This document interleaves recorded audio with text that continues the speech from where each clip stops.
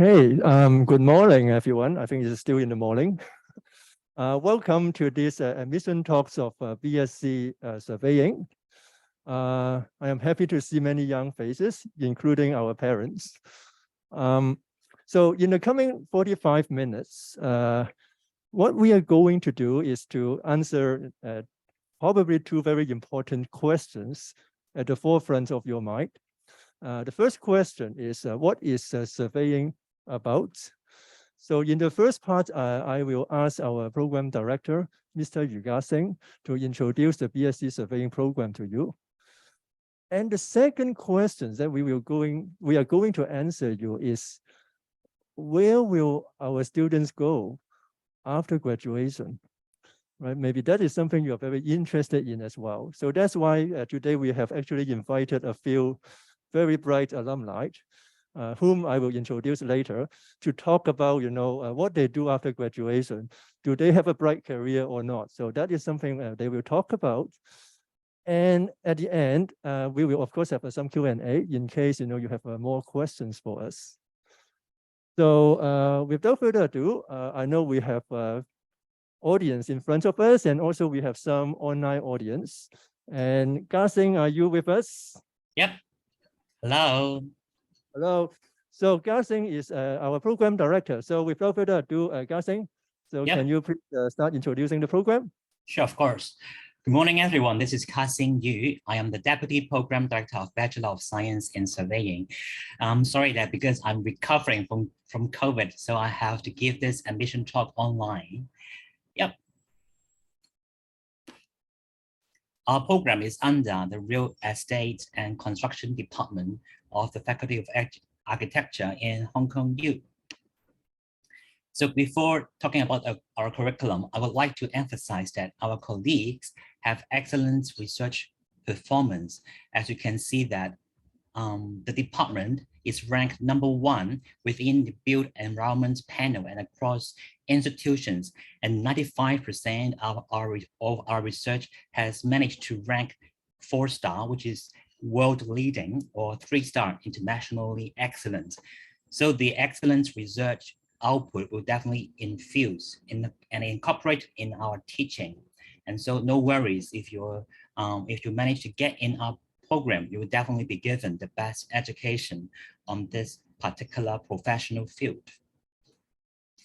So to start with, surveying is actually a traditional British profession. It has nothing to do with measurement at all, as it might remind you as it might have been reminded you by its Chinese name tablet. In fact, we don't do that much measurement. And our program aims to nurture all-rounded managerial professionals in the real estate and construction sectors. As you can see, our beautiful Hong Kong skyline is definitely contributed by many of our graduates. We actually would focus on the land development cycle, as early as land acquisition, how we get the land, to how we finance the project with capital, how we design and plan a development, to real estate investment, facility management, even conservation and urban regeneration. We basically cover every stages of the entire land development cycle. Our program is being accredited by a number of professional institutes, meaning our graduate will be able to become member of them, and being member, having the membership of this institute would mean that they can have the professional qualification and be able to apply for some prestigious jobs. So what are the 5 key streams of surveying? It includes general practice, quantity surveying, building surveying, planning and development, as well as property and facilities management.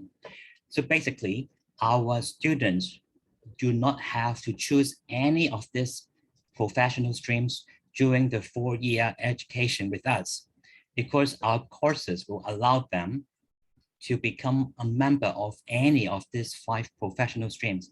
They don't have to focus or choose any other stream at all. And upon graduation, they will have the freedom to become the professional participating in any of the streams. Some may even swap the stream after a few years of practice. Yeah, this is one of the merits of our program. Our curriculum contains 6 major clusters, including economics, law, management, technology and innovation, conservation, and research. And there's also the studio courses, which is most welcome and loved by our students, during which students would be meeting their facilitator weekly in a small group basis to handle real life problem together. And it can definitely enhances their interpersonal skills, communication skills, as well as their analysis thinking, critical thinking as well.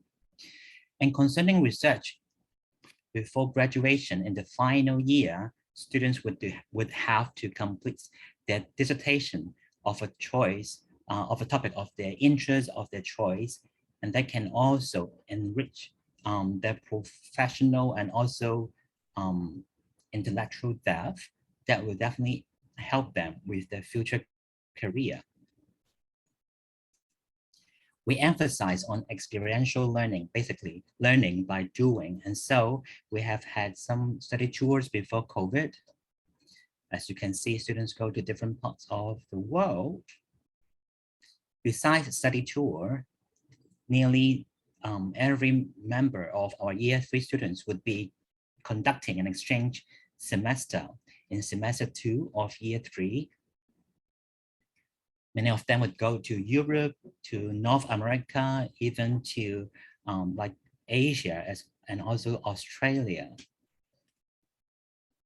And of course, during summer, they love to do internship, as even when they are year 1 students, many of them have already started to work in professional practices, to work in different firms or government sectors to gain professional experience that can allow them to decide which professional stream to proceed with after graduation. And also we have been organizing a number of visits to firms, to different development sites, and also invite the professionals to be with us and to have some sharing with us. We have one of the strongest alumni association among programs in Hong Kong U.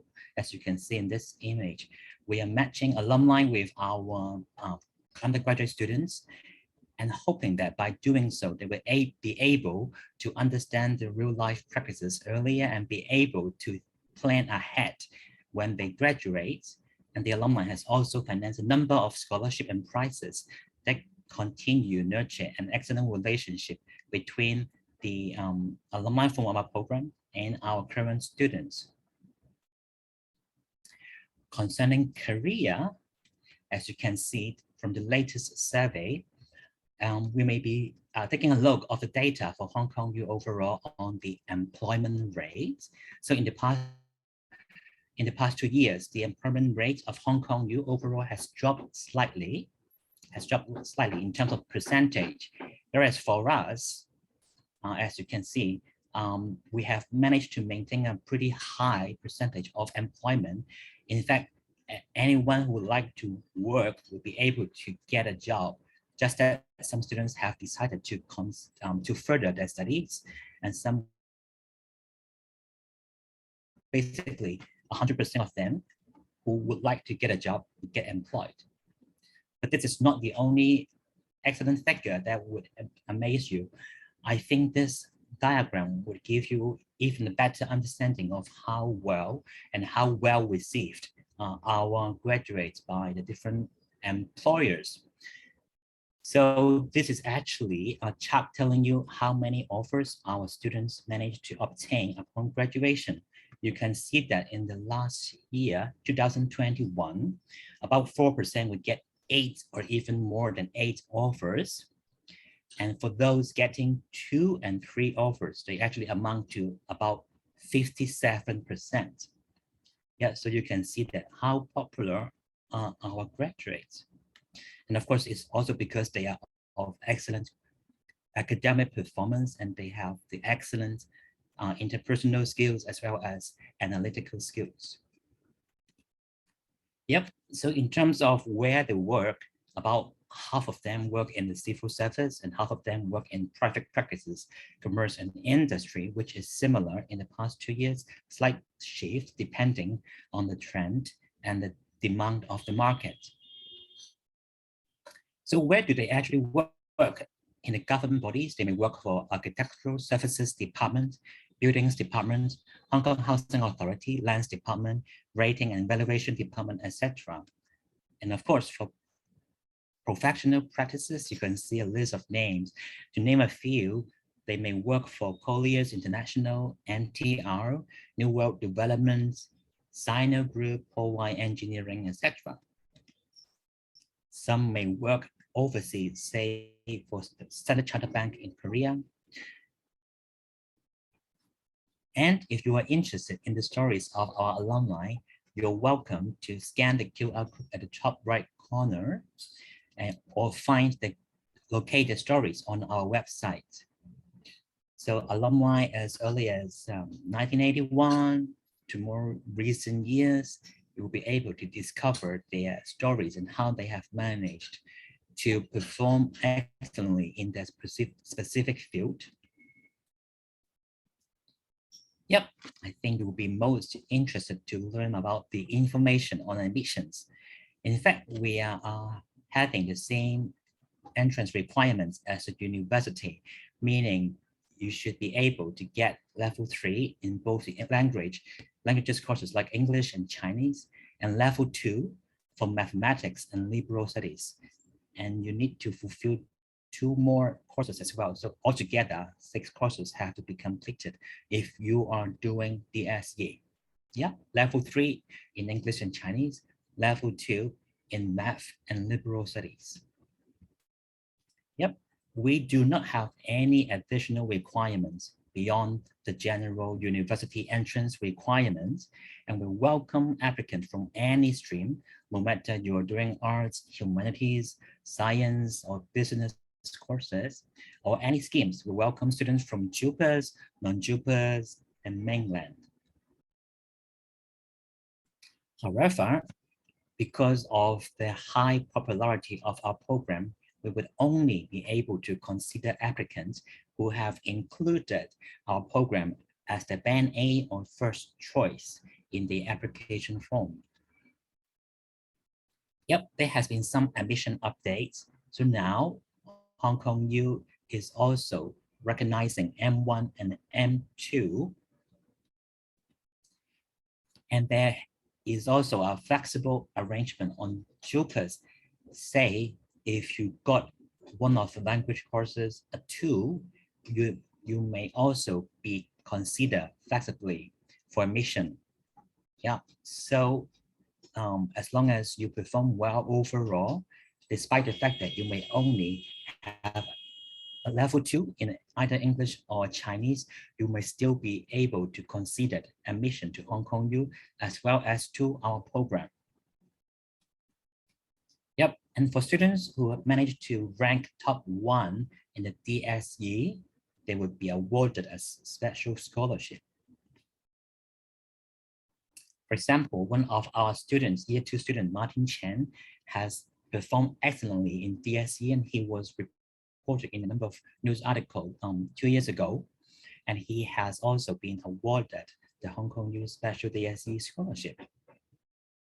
Yep, if you would like to know more about our program, you are always welcome to visit our website. There are some videos and also textual information, some posters that talk about our program, our curriculum, as well as our major clusters of courses. And if you have further questions, you are always welcome to fill in this consultation form on the right and schedule a one-on-one consultation with us. Yep, you may also find us in IG, Facebook, LinkedIn, as well as YouTube. And so here are some QR codes for your reference. You may take out your camera and take an image of them. But anyway, it is very easy to locate us in the social media.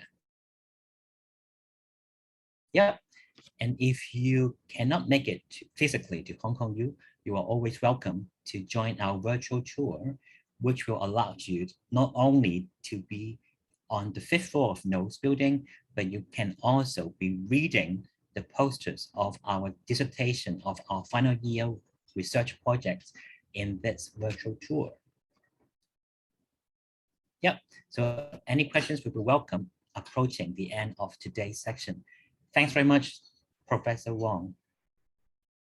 Thank you so much, Gasing, for the nice introduction of the program. So now we come to the second part where we will have our alumni coming to share with us their career choices.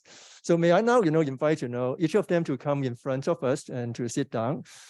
So first of all, may I invite Sunny, is a quantity surveyor from Arcadis. And Felix is a building surveyor, now working for Hospital Authority. The third will be Chelsea. It's a GP surveyor, general practice surveyor, working for Rating and Valuation Department. And the fourth one is Clement, also a GP surveyor. Is now working for MTR. And last but not the least, we have Clarice, yet another GP surveyor, again, working for the Rating and Valuation Department. So maybe let's take a seat here. Maybe we can go around in turn, maybe starting from Sunny to share your career experience. Hello, everyone. I'm Sunny. I'm a quantity surveyor in profession, and I was graduated in 2013. So that's a quite long time ago, actually. And during my, let me see. Yeah, I got something. I written down something. After my graduation, I actually choose the field in the quantity surveying. As you might see in the information at the studio there, quantity surveying is mainly about cost and contract, which we help those construction projects with their cost issue and also the contract issue. Sometimes we see ourselves as a little accountant of a construction project. And the reason I choose QS is because of this nature. It can watch the whole building, okay, like having a baby, I would say, yeah. And after my job in Arcadis, I went to the Jockey Club and I conduct procurement for their term contracts, like those cleaning term contracts or what. And I believe what this curriculum, what the best of this curriculum when compared with the others is that the flexibility after your graduation. We do not need to choose any of the field when you are studying, but some of the others might need to choose their field when they're year 1 or year 2, and we or you guys can have a flexibility of how you can choose or what you can choose after your graduation. Even when you think, maybe your graduate is not really like what you think, you can always have a chance to change. Yeah, this I want to share. Thank you. Thank you so much, Sunny. So as a QS working for, a QS consultant, Arcadis, and also Jockey Club before. So very well. Felix. Okay, thank you. So I'm Felix. Actually graduated in 2016. I'm currently a project manager at Hospital Authority, taking after the new and old hospital extension project, because there's a lot of buildings in Hong Kong, while all of these projects actually related to our profession. So back to my career development, I actually work in some property developers, consultants, like real estate consultants, and also the government department, including housing department and also buildings department before. I guess more of you would be most interested in knowing what's surveying, and particularly for my own building surveying. I would say that building surveyor is actually a key person in delivering a project. say, for example, on technical side, it actually focus on like building pathology, building defect. Say, for example, we see a lot of terms like 驗樓師 or 建築測量師 in newspaper. So basically, they look after the old building and advise how to fix the building defects, being like a building doctor. But on the other side, it's also specialized in some building law and legal knowledge. Say, for example, you heard a lot of 僭建 and also 改建工程. These are actually the terms that we undertake. Say, for example, if you go to a karaoke and suddenly it wish to change into a restaurant or even change to a retail shop. So what are the statutory or legal requirements we require and how we're going to lead the project and design? So all of these are the technical side. While moving on to like the management side is that we take lead as a project manager sometimes.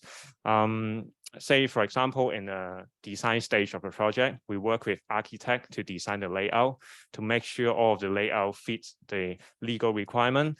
And also we work with quantity surveyor to check with the cost. Say we want to turn old industrial building into a new commercial office building, which you also see in news like the 工廈重建and those plans and schemes that we actually work in different parties to make sure the scheme can be delivered.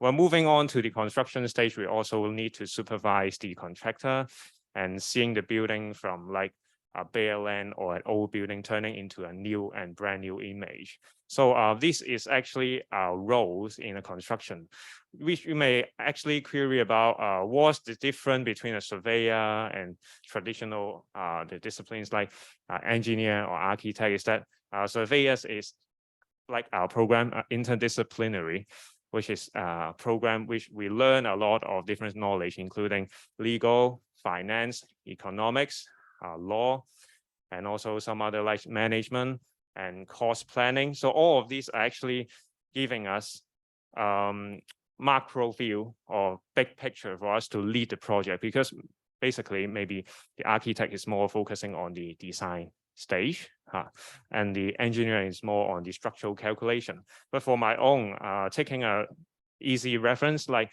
if we want to build a green roof on the top of the building, say if you visit Hysan Place, Hazen in Thong Lo Wan, so you can see that there's a lot of greenery space, but that is not easily achievable if you do not have a broad knowledge on knowing how to communicate with a structural engineer, because they may just think about the calculation.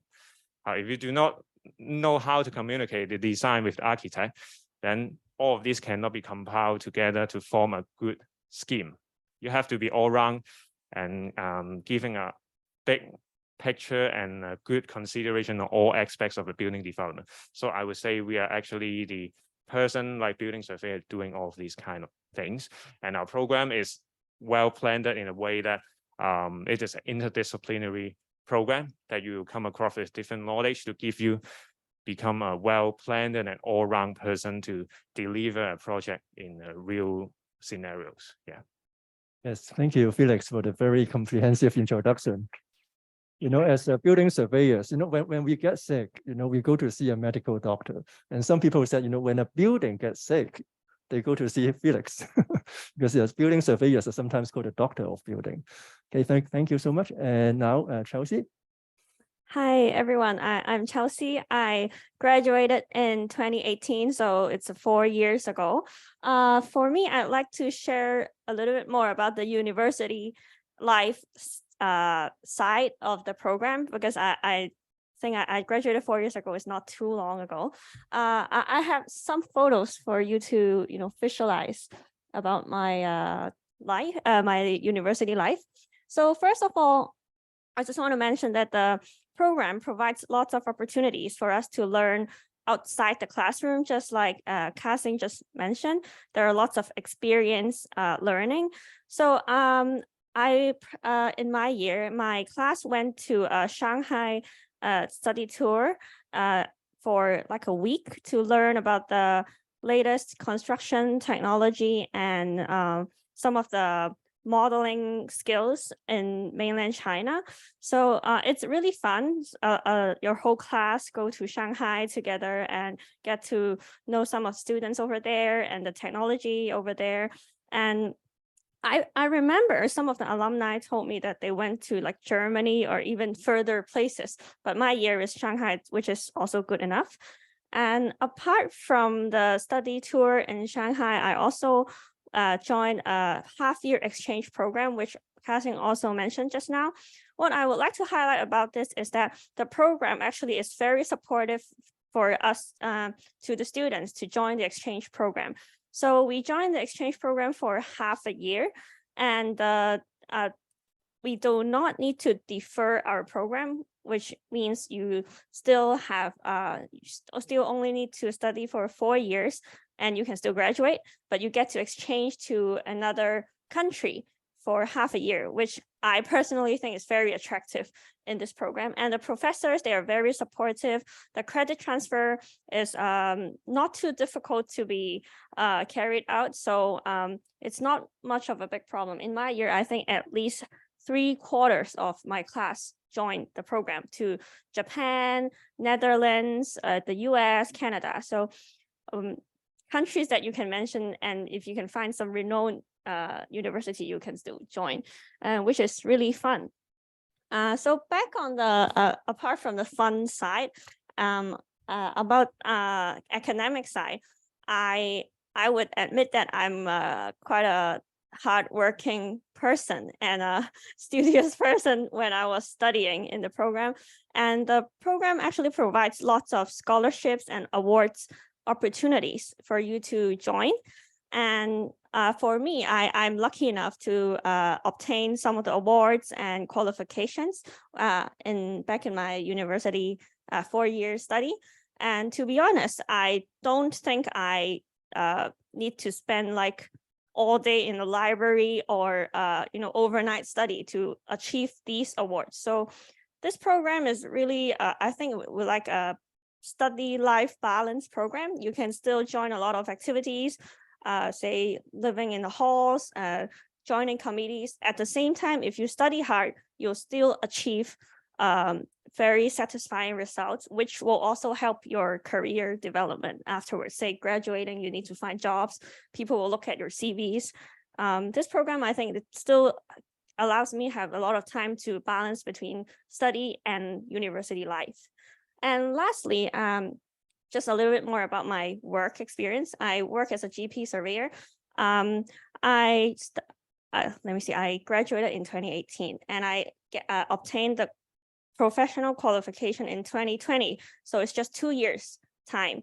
So actually it's a very short amount of time to obtain a qualification, I think, to compare with other professions, which is a very good advantage, because if you have the qualification, you're first safe in terms of your career. And most of my classmates are able to obtain the GP license within 2 years because of the well-equipped knowledge base we have, and after all, Hong Kong Youth Surveying is a really good brand name.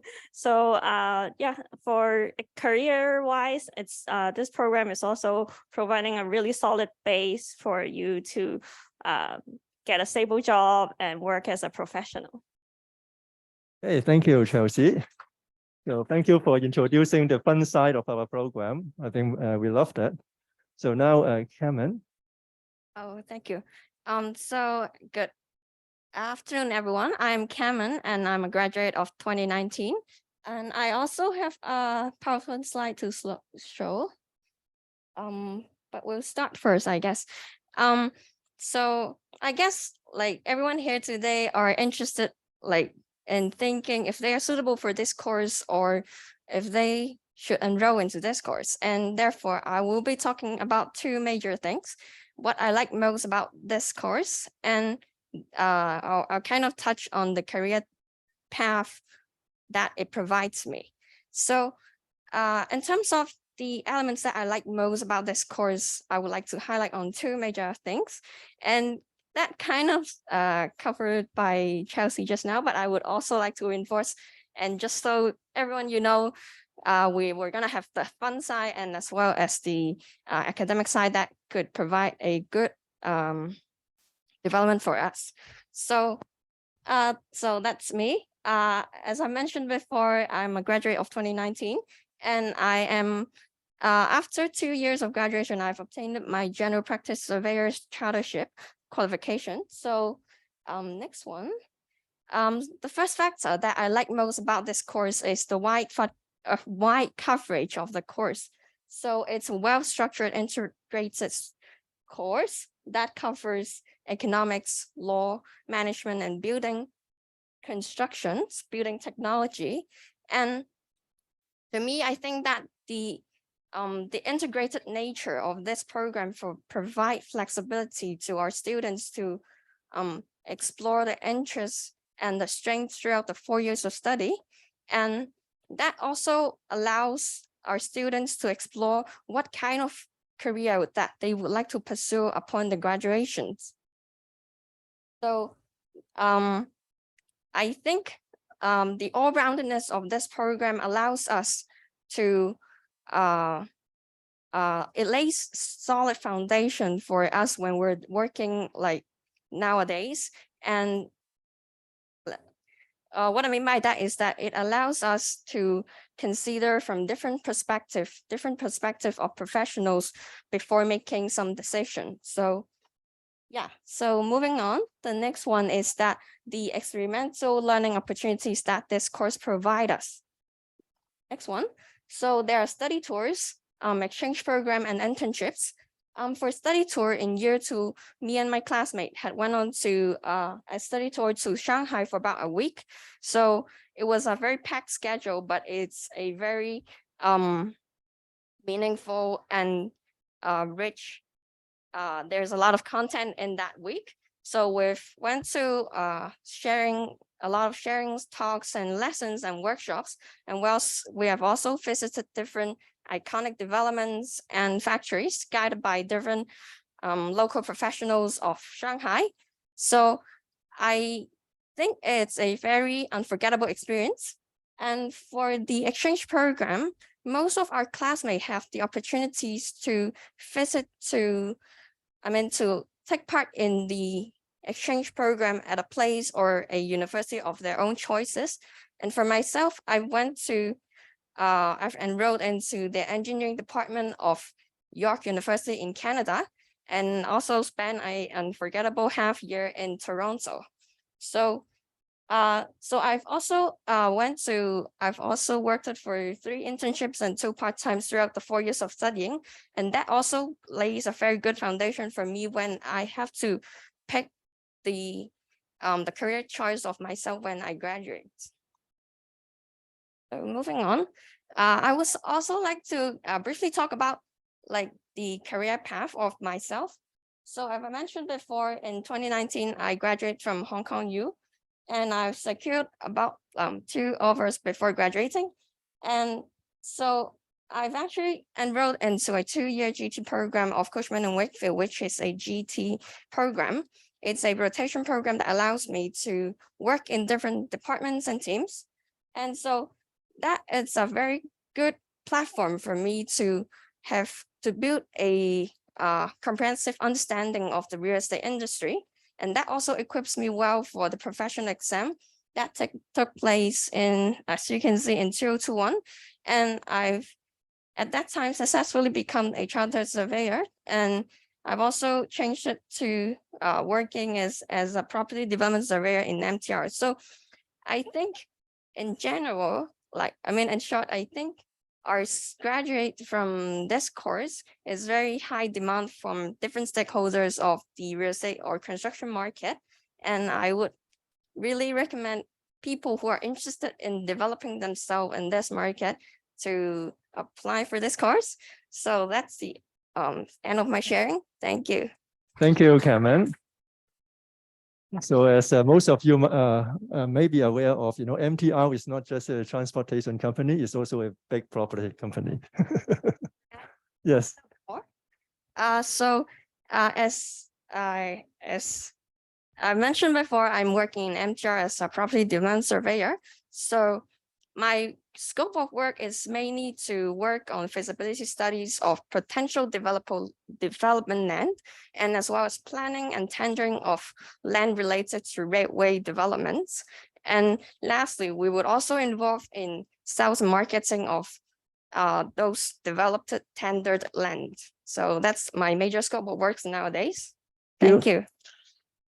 So Clarice, so you're working for Rating and Valuation Department. Yes. So anything to share with us? Yes, sure. Thank you, Professor Wong. And hello, everyone. I'm Clarice. I actually graduated in 2018. It's the same year as Chelsea. Yeah, we're a classmate. And I'm now working as a valuation surveyor in Rating and Valuation Department. Maybe it's a bit far for you to say what is actually Rating and Valuation Department. I saw a lot of parents here today, and when you receive the demands from the Rating and Valuation departments, that tells you how much you need to pay for the raise this quarter. This is our job to assess what is the value of your flats, or for my team, I'm working now to value some of the special properties. For example, 360s, or some of my teammates will also value the Ocean Park, Disneyland, etc. So it's a very specialized fields to value the values of a special properties. Actually, before I joined the government, I worked in a property developer for 3 years. I worked in housing development. Housing development is just Felix shared. We have different of the shopping malls like Housing Place, Lee Gardens. We also, when I joined the housing, I also worked in the land acquisition process, is to assess how much that we will pay for the governments to bid for the land, to buy the land in Causeway Bay, to build a commercial complex. This is my work before. So I saw a lot of our alumni share today to share with you why you choose surveying. And I would like to share with you more about why you choose Hong Kong U surveying. It's because I think is what Sunny shared before is about the flexibility. Actually, before I graduate, I was not sure about whether I will participate in the field of surveying. I'm still very puzzled about my career path, and I don't know what I will do. Or was I interested in this field for my whole rest of my career life? And that's why I think Hong Kong surveying is a very good training for me to have an interdisciplinary studies. That we had the studio course. We had a discussions every week as a group with the professors, and then we will tackle the real life problem. For example, I remembered when I was in year 1, we studied how we tackle the subdivided flats. Is a Tong Fong problem in Hong Kong. And we also study about how Hong Kong should put the Internet of Things into our urban planning, etc. So I think what we studied in Hong Kong is that we had a lot of experience in how to tackle the real life problem in a problem-based learning process. And then when I go to the job market, I actually participate not like my classmate. I actually not applied the ordinary government or consultancy work. I actually joined the management trainee program in a developer. That is with a lot of applicants from other schools like business school, law school, or even the engineering, arts studies, etc. So I think my training in surveying is that I learned how to communicate with others, how I can, in the job interview, I get to outstand from other participants that I can really share about my problem solving experience. And then that is why I think our Hong Kong U graduates outstands from the other job applicants. And therefore, I think Hong Kong surveying actually provide a very good platform for all of you to not I would say you do not need to choose to be a surveyor at this moment at this moment. Instead, you can explore more in these 4 years of studies, and then you can equip yourself with the problem-solving skills. And then when you go to the job market, you'll eventually find a job that you like. And after I joined the property developer, I actually still think, I like to be a surveyor, and that's why I still go to have the chartered and become a general practice surveyor. So I think this is why Hong Kong U provide us very good, is that we have the basis here, we have the skills, and then after we graduate, and then we can choose, we can think thoroughly what our career path will be. Thank you, Clarice. It's a very nice sharing. As a taxpayer, I have to say I do not like you a lot because by rate it means that's Chai Heng, right? Because Chai Heng is based on property value, and they are doing the property evaluation job. So right, I think a takeaway from all these 5 speakers, I think, is that we are actually, like as you said, is a platform to enable our students to reach their career goals. And as you can see, we have actually a wide range of careers coming from the surveying profession. So it is not just one type of work. It really depends on what kind of work you like more. Some may be more business oriented, and they would work for private developers. And maybe some will be like, oh, I like professional work, government work. Then they will go to the public sector, like what some of them did now. So it's very wide-ranging. So now I think we have come to the Q&A section. For audience on the spot, you're welcome to raise your hand and ask your questions. And I believe, for audience online, they will have a QR code to scan. And if they scan the code, then they will be able to ask question. Yes, this one, through the Mentimeter program. So now I think it's time for us to take questions if there are any. And feel free to ask, in any language you like. IB, I see. So Gassing, are you still with us? Yep, I'm with you all. For IB students, so basically they are non-JUPA students. Hong Kong U general entrance requirement is 31 points last year, 31 out of 45. So I would say that it is not a difficult threshold to enter. However, for non-JUPAS applicants, we would usually be conducting an interview with you. So it is better if you make the applications as early as possible so we can interview you earlier to consider your applications. And make sure you will be reflecting on your understanding on the program and your passion in this professional field in your application form. Yes, please, Cameron. I'm an IB graduate of 2015.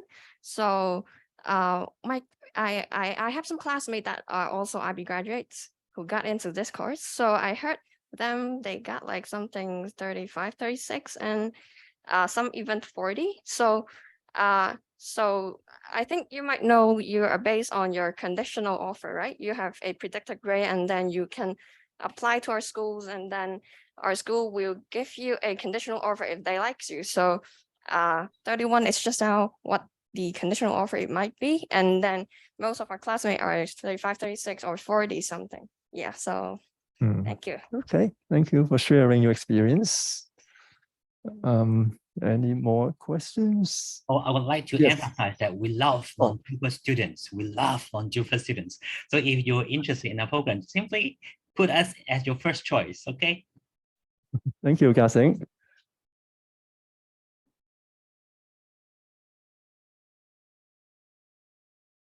Well, most challenging things. I hope it is not the professor's request. So anyone would like to share your experience?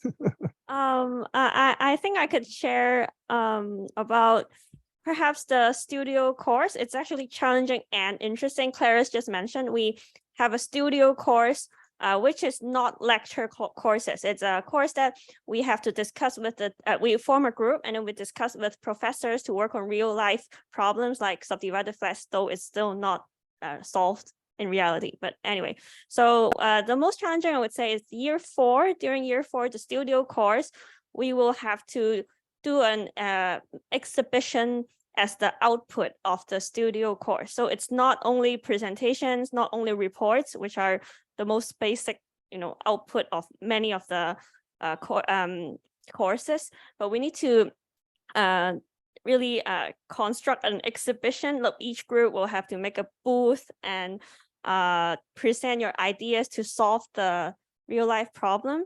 And it was quite challenging in that because everyone is quite, I would say in the course is a little competitive, or everyone wants to make the best booth and attract the professors to come and to visit your booth. So yeah, it takes, but it's challenging because you need to think of something interesting and you really need to work on it. It's not only words or not computer work. So yeah, it's challenging to think of the ideas, and you need to work as a whole group. But it's really fun because I'm not sure whether it is now, but we get to choose our own groups before. So you work with your friends and sometimes overnight, or at least like till late night, and and yeah, you get really bonded with your group mates to work together. So overall speaking, I would also say that surveying students, they are quite close to each other because there are quite a lot of group projects. So and because the class size is not so big, I'm not sure about right now, but back in my year is like 50. So everyone knows each other and different groups, and of course you're more bonded with your group. So yeah, we have quite a close connection, kind of because of this course as well. Yes, I can also share about what I think was the most challenging in my 4 years of studies. I would say a dissertation may be the most challenging part of the whole courses. A dissertation is the paper that you need to work on when you graduate, and then you need to work on this and then you can graduate. This is the most challenging one because I think all of our projects or even studios, we have topics that we need to work on. Is the professors will give us a area of studies or to give us guidance. However, in dissertation, although we also have the professors as the guidance for like 1.5 years to guide us when we need, we can approach them for help. However, in the dissertation, we need to think of the topics ourselves that we can't become that we can't repeat with the previous years of our alumni. And then we need to think of the ways to solve our topics. For example, if you are interested in general practice, you may study out the housing price in Hong Kong, and you need to find an area that you are most interested in, and you need to find the ways to tackle your topics. And that's why I think that this is the most challenging part. However, you don't need to worry too much because after all, it's the projects that you need to work on at your 4th year, and also you will equip yourself with a lot of skills, and also you get the help from the professors and the lecturers. So I think this is challenging, but I don't think you need to worry too much. Hi, I actually concur with Clarice. Dissertation is quite a challenging stuff, but that's at the same time interesting, I would say, because you actually have your freedom to choose what you want to study in your dissertation. Like for my dissertation a few years ago, and my topic is about celebrity endorsement. That means if you find Chen Yixun to sell your flat, does it sell better or not? Yeah, yes, because sometimes we see in the commercials some property find celebrity for their promotion and some do not. So that makes me wonder why they will happen. And that's the best thing about this dissertation is I can choose whatever I want to study. Yeah, that's the point. Hey, I think we have an online question. Oh, Felix, you want to say something as well? Maybe just a quick few words. I guess the most concern or most interesting part for all of you is that some of you may come from 文科 background and some of you may come from 理科 background. I think the most challenging thing is that you got a studio course to work on, like what I did in before. Shanghai Gai 重建項目. When you pass by Mong Kok, you will see it. So that time in studio project, you have to consider, oh, I'm coming from Shangfo, say, for example, then I can help a lot on the valuation of business part. If I'm coming from Manfo, then I have to do a lot of writing and help present. If I'm coming from Leifo, then I can do some like maybe the calculation or some engineering consideration. So all of this is pulling every talent together into the project. So don't worry about the challenges, but the challenge is to how to communicate with different parties and different stakeholders, which you will engage in future when you come into the society to work. Because the whole society works like this. When you move on to a new company, you don't know what's the person background, but you have to get in touch with him and work closely together. So this is the challenge, but after the challenge, you make a good bonding with your teammates. And most of my best friends nowadays in the same profession actually coming from my studio course. So this is the challenge, but also the benefit and outcome that you gain from this course. Thank you. So the challenges at the end becomes very rewarding. Okay, so we have a very practical question on the screen. I'm not sure if the younger graduates would like to answer that. I can share about like the range because I'm not sure because we come from different streams like QS, BS, and GP. We will actually have a different starting point. However, I can say a range is about when I graduate, I graduated in 2018, so might be a little bit different from the career environment nowadays. However, back in my year, I would say around 20 to 30K per month is our starting salary. Do you have anything to add? I think for my year, just after you, it's kind of the same. So just a little bit higher. So, but I think that range would only apply for the first 2 years, and that would have a great leap afterwards. So yes. Just want to supplement, yeah, it's quite important. I mean, quite critical to know that because when we graduate, we're not a chartered surveyor yet. So yeah, the range would be like around 20K or to 30K. Lucky ones get 30K, I would honestly say. But then after you get chartered, there will be a big leap. I mean, at least from my experience. And of course, it depends on your ability or your knowledge and the whole career environment. But there will be a big leap, like I would say at least maybe a double. Yes. Right. So another question on the screen. I think that is more for Ga-Seng. Ga-Seng, are you still with us? Yeah. Yep. On retaking DSE and also with JUPAS, I would admit that the university is having more stringent requirements. So there is some kind of penalty for visitors of the DSE exam. So please check out our university website. That will be updated quite soon on this change of requirement. The fact is that we do have many applicants, and it is a very competitive situation. So the requirement has been tightened a bit. Mm. So Ga-Seng, maybe a quick one on these new questions before we close the section. The IB score. Yep. Well, I would say that it is unlikely to be considered for have many applicants who have more than 31.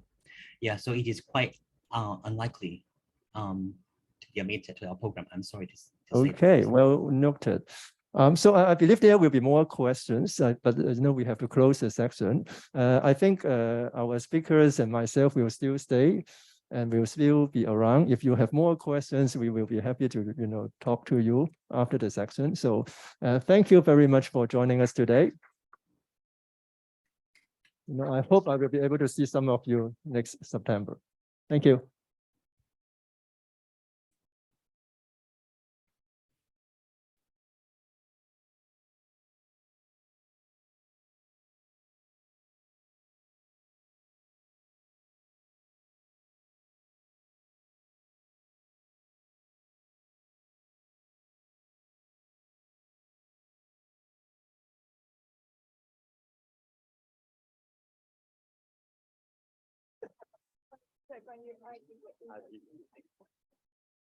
N 了係咪啊？